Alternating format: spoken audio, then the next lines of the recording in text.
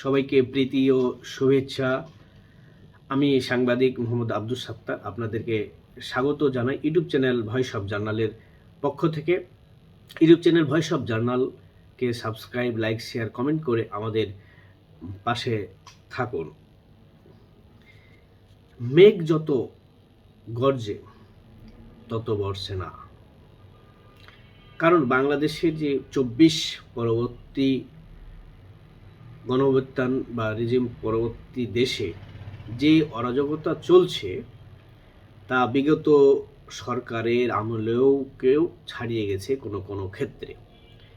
কারণটা হলো, আপনি প্রথমত সুশাসন নিশ্চিত করতে পারেননি, জানমালের নিরাপত্তা দিতে পারেননি।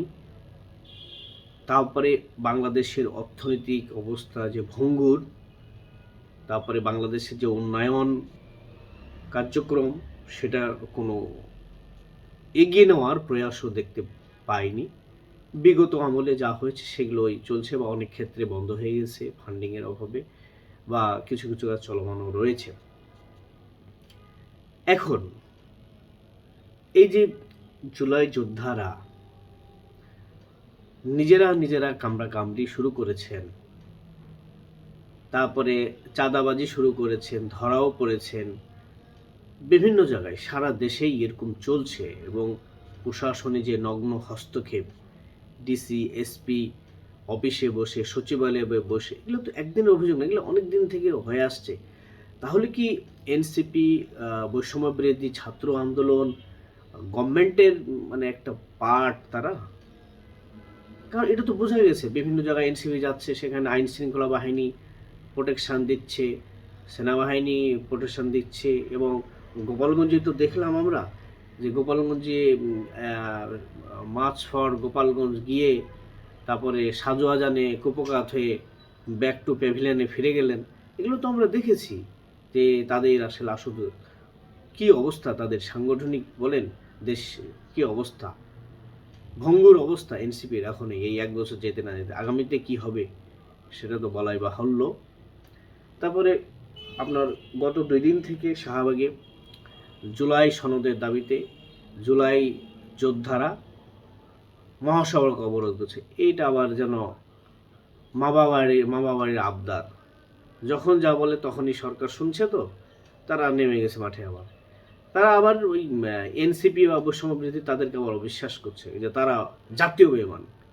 কারণ তারা আমাদের সাথে বেঈমানি করেছে, আমাদেরকে মাঠে নামিয়ে, আমাদেরকে আন্দোলনে নামিয়ে তারা নিজেরা সুখী জীবনযাপন করছে, উন্নত জীবনযাপন করছে, বাড়ি গাড়ি টাকা পয়সা কামাচ্ছে, আর আমাদেরকে বরাবরই ব্যবহার করছে, আমরা তাদের সাথে নেই।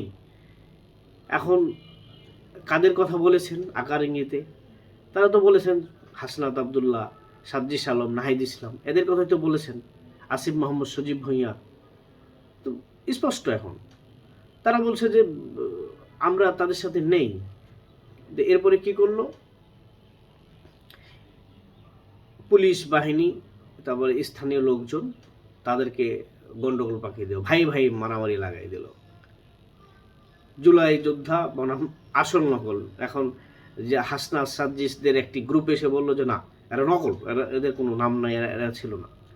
আবার যারা আন্দোলন করছে তারা হচ্ছে বাটপার, তারাই নকল। তারা কই? আমরাই তো ফ্রন্টে ছিলাম আন্দোলনের সময়। যাই হোক, এই নিয়ে এখন এই জুলাই যোদ্ধা বনাম আসল নকল এই শুরু হয়েছে খেলা। এবং আরেকটি বড় কথা, জুলাই যোদ্ধারা বলেছেন যে আবারও আমরা শেখ হাসিনাকে ফিরিয়ে আনবো, আন্দোলনের মাধ্যমে ফিরিয়ে আনবো, ক্ষমতায় বসাবো, এবং শেখ হাসিনা যদি আমাদের ফাঁসি দেয় তা আমরা ফাঁসি উনিই দেখেছে। বা কি অবস্থা দেখছেন শেখ হাসিনার প্রতি? মানে এই যে গণবিস্ফোরণ ছিল 17 বছরে, যে 16 বছর তিনি দেশ চালাইছেন, তার যে ক্ষোভ বিক্ষোভ দানা বেঁধেছিল, কিন্তু 1 বছরেই তারা ইউটার্ন করলো।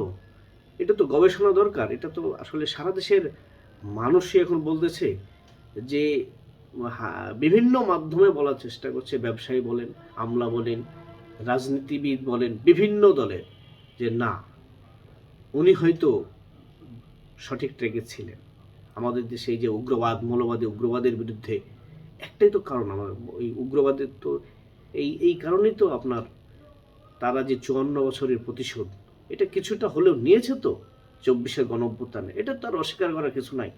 অনেক দল ছিল, বাম দল, তারপরে অনেক মুক্তিযুদ্ধের পক্ষে যারা, তারা তো বুঝতে পারেনি।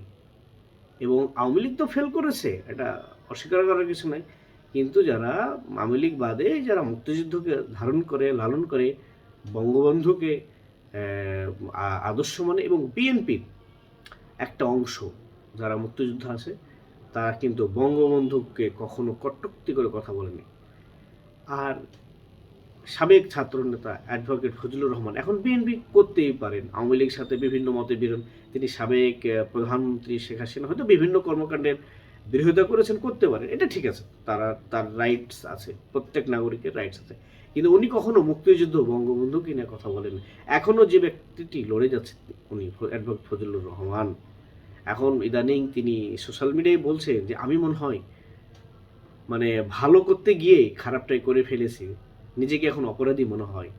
এই 1 বছরে ইউনূস সরকার যেভাবে চালাচ্ছে দেশ, তারা তো মুক্তিযুদ্ধকে নিয়ে কটাক্ষ করছে, বঙ্গবন্ধু প্রতীককে ভাঙছে, জাতীয় যারা মুক্তিযুদ্ধের ভাস্কর্য সেগুলো ভাঙছে। এতে তো বোঝা যায় আলামত ভালো না। আর নির্বাচন খেলা, ইউনূস সাহেব নির্বাচন দেবে না। তিনি বলেছেন যে মানে খালি এরকম একজন খেলোয়াড় হিসেবে সে লন্ডনে খেললো, এসে দেশে খেলছে, মানে খালি জোজোর ভয় দেখাবে যে এই ফ্যাসিবাদ মাথা চাড়ি দিয়ে উঠেছে, আমাদেরকে ফ্যাসিবাদ বিরোধী যারা ঐক্যম দল একসাথে থাকতেই ইউনূস সাহেব নিজেও আর কি চলে যাবে কখন, এটা বলা যাবে না, কারণ যে চাপ, যে মানে বিস্ফোরণ। আর এদিকে তো আওয়ামী লীগ একটা চেষ্টা করছেই যে আগস্টেই ঝাঁকুনি দেবে একটা, ঢাকাতে তারা একটা বিশাল সমাবেশ করবে, এবং ইতিমধ্যেই ঢাকাতে তারা বিভিন্নভাবে বড় বড় ছোট ছোট জমাত করার চেষ্টা করছে, এবং সেই জমাতগুলোতে লোক সংখ্যা বৃদ্ধি পাচ্ছে, তারাও চেষ্টা করছে। আর বিএনপি তো কোনোভাবেই মেনে নেবে না, নির্বাচন দিতেই হবে। তাহলে আলটিমেটলি কী হবে বাংলাদেশের এখন? আলটিমেটলি বাংলাদেশ এখন আর ভোট ভাটের হিসাব হবে না। হয় ইউনূস সাহেব থাকবেন যেভাবে হোক, মেটিকুলাস ডিজাইনের মাধ্যমে হোক, আর যেভাবে হোক, অথবা এখানে একটা মানে আরেকটা সরকার গঠিত হবে, সেটাও আবার আর্মি ব্যাক। তো এখন দেখার বিষয় কি হয় দেশের পরিস্থিতি। সবাইকে ধন্যবাদ।